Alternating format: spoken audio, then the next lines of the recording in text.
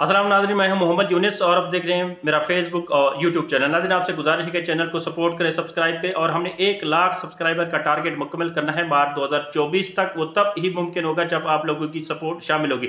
नाज़रीन, एक मुसलसल जो ब्रेकिंग न्यूज़ और मुसलसल जिस हल्के पर ख़ासतौर पर पाकिस्तान के इलेक्शन में नज़र थी वो NA 71 था। NA 71 सियालकोट।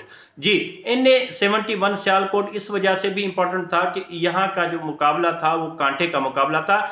ऑन पेपर कांटे का मुकाबला आप कह सकते हैं, ऑन ग्राउंड जो है वो एक वन साइडेड मैच था। पाकिस्तान में जितने भी सर्वेज इस हवाले से मीडिया के लोग या बाकी जो इंडिपेंडेंट इंस्टीट्यूशंस हैं, इंडिपेंडेंट जो हमारे सर्वे करने वाले इदारे हैं, उन्होंने सर्वे किया वहाँ पे NA 71 सियालकोट में, जिसमें मद्दे मुकाबिल हैं रिहाना डार साहिबा, उस्मान डार साहब की वालदा साहिबा और पाकिस्तान मुस्लिम लीग के दरीना कारकुन और दरीना रहनुमा ख्वाजा आसिफ साहब।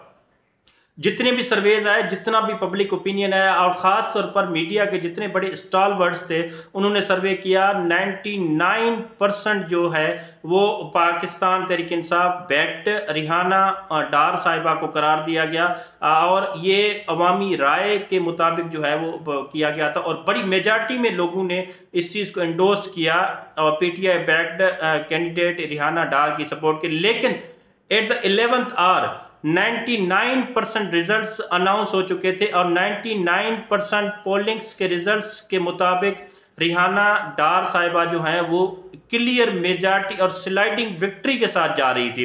1% जो है 1% रिजल्ट बाकी था और 99% रिजल्ट के मुताबिक रिहाना डार साहिबा जो है वो जीत रही थी। लेकिन अब खबर ये आई है कि ख्वाजा आसिफ साहब को उस हल्के में 1,18,000 और समथिंग से जितवा दिया गया है और रिहाना डार साहिबा का जो वोटिंग है वो 1,02,055 या समथिंग है।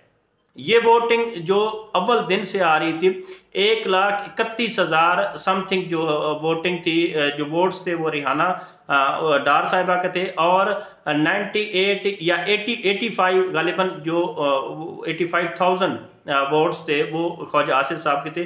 तकरीबन ये 50,000 और 50 समथिंग की जो है वो लीड पर जीत रही थी। लेकिन ये 1% रिजल्ट ने ऐसा कमाल कर दिया है कि 50,000 जो वोट्स हैं उसको पीछे छोड़कर और एक 18,000 की लीड से जीत, यानी कि 18 और 50 मिला लेते ये तकरीबन कोई मजमूई तौर पर 68 और 69 के करीब थाउजेंड्स के करीब जो है वोट बनते हैं। लेकिन ये 1% वोट में इतने आ गए।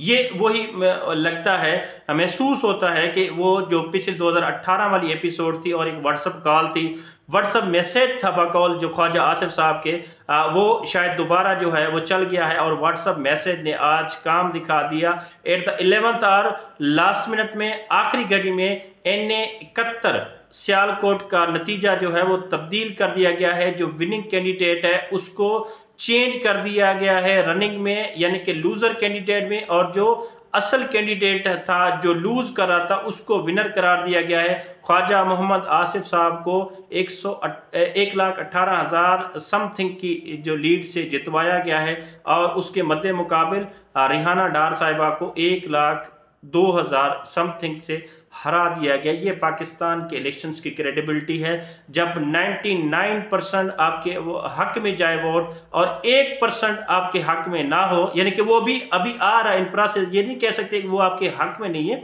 वो आ रहा है आपके, लेकिन वो इतना भारी 1% पड़ जाए कि 99% को मलिया मेट करके रख दे। ये वो सवालात हैं, ये वो चीज़ें हैं जिसकी वजह से पाकिस्तान के इलेक्टोरल सिस्टम पर, पाकिस्तान के इलेक्शन कमीशन पर, पाकिस्तान के मुक़्तदर हलकों पर और पाकिस्तान में के उन लोगों पर जो पावर कॉरिडोर में बैठे हुए हैं उन पर हमेशा अंगुलियां उठाते हैं। ये आज तक भी किसी को समझ नहीं आई और ना आएगी कि 99% को कैसे रिवर्स किया जाता है 1% से और उसको उसकी जीत को उसकी हार में तब्दील कर दिया जाता है। ये सिर्फ मुमकिन होता है तो वो पाकिस्तान में मुमकिन है, बाकी किसी डेमोक्रेटिक मुआशरे में ऐसा कतन मुमकिन नहीं होता कि 99% को आप रिवर्स कर दें 1% के साथ और विनिंग कैंडिडेट को आप लूज़र डिक्लेयर करें और लूज़र को जो है वो विनर डिक्लेयर करें।